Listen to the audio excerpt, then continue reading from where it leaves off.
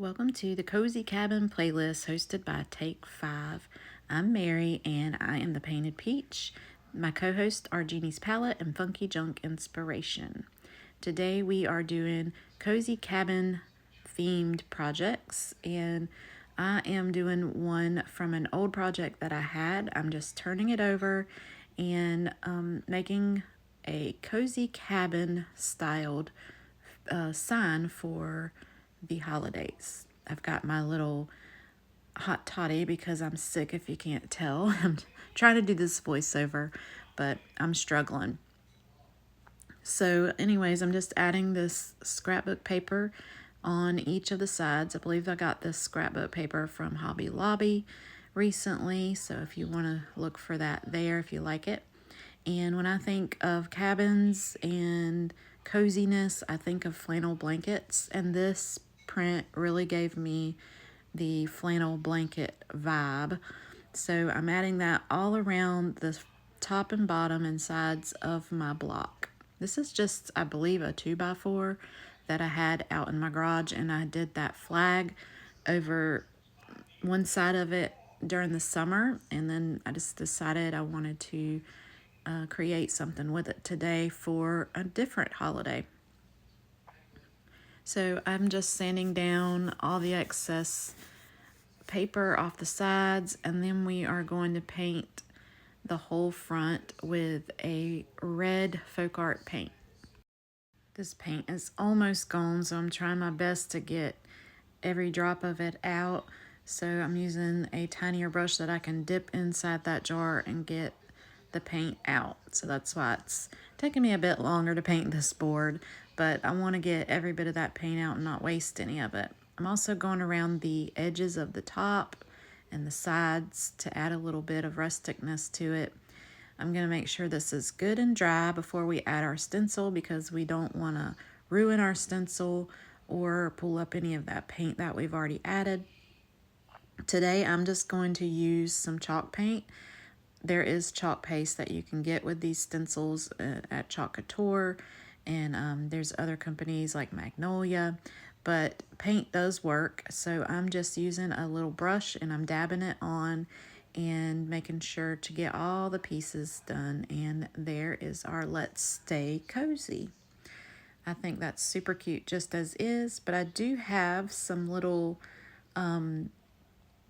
wooden deer that I have from an old thing that I got from Hobby Lobby. It came with all kinds of different things like snowflakes and such, and so I'm going to add those to this. But first I want to take some dark wax and I'm going to go over all those edges and around to grunge this up a bit and make it a little bit more rustic, because cabins are rustic, right? So I'm just going to put that all around, and then I'm going to wipe it back a little bit so it's not so harsh, and just to get that waxy feel off of it. Once I get done with this, I do decide that I am going to paint the back. So I paint the whole back black, and that way when I'm ready to create another project on the back, I have it ready and prepared.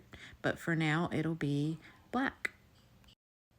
All right, this is my next project. You guys, look at all this chaos around me. I am drowning, and I definitely have to do a cleanup after the holidays. I'm using that same red. I'm getting all the goodie out of it, and we're going to cover this whole round with that red. Once we get it all covered, we're going to make sure it's good and dry, and then we're going to get out our stencil. This stencil also comes from Chalk Couture, and it is cut in half because I have a couple of these and I find it easier to cut one of them in half when I'm using it on smaller projects. So I just grabbed that one out and I'm doing half at a time. Once I get it all done and I'm over to that seam, I'm going to add the other piece on and go over it. I am pulling up as I go, that way the chalk paste does not dry in the stencil. That it'll pull it right out if it does that. So here I am adding the other piece, lining it up and making sure that it is at a good seam right there, that it's flowing over so you can't tell. And then I'm just going to do the remaining of the black on the rest of the stencil. And this is the best part when you pull it up and you see that beautiful pattern that you put on there. Now this pattern is rustic, so some parts of it is more dominant than the other parts, and I do enjoy rustic. So this project goes really good with the cozy cabin feel also. So I am now going to use another stencil. It is a Christmas deer stencil, but I just want the deer part. So I'm going to exclude all those ornaments that are on there, and I'm just going to do the deer. Now I first go over this with a chalk paste, and then I go over it with another colored chalk paste, and then I decide I'm just going to paint it. So once I get this deer stenciled on here, I just take some camel colored paint and I just paint it in so it's the color that I want it to be. First, I decide I want to go all the way around the frame or the circle with black, so that kind of frames it out and draws the eye in.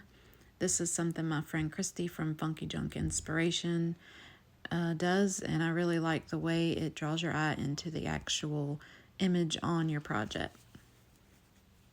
So now I'm getting out that camel, and we're going to just paint that deer in, and I really like this so much better. You can't see that plaid in the background of the deer, and it makes it more solid.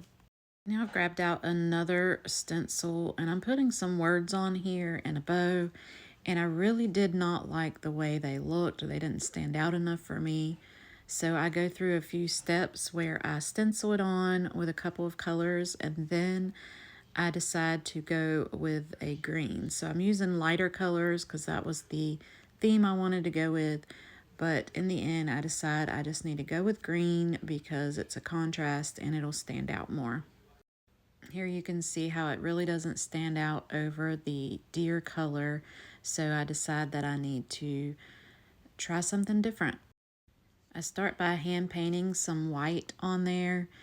This will give like a background to the color that we want to add, and it'll give it, you know how there's usually like a shadow behind some lettering. This is what I'm trying to go for with putting the white behind there.